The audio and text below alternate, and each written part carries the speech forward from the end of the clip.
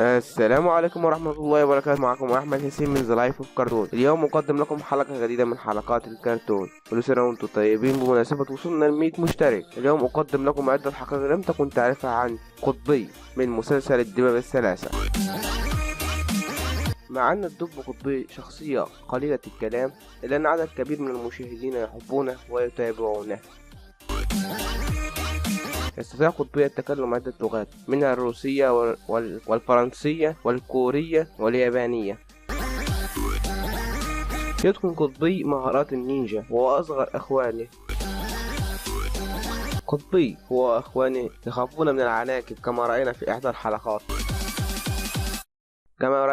الحلقات أن قطبي قد بنى غرفة تحت الثلاجة، وهذا ما يعرفنا أنه بارع في تصميم المباني وإنشائها.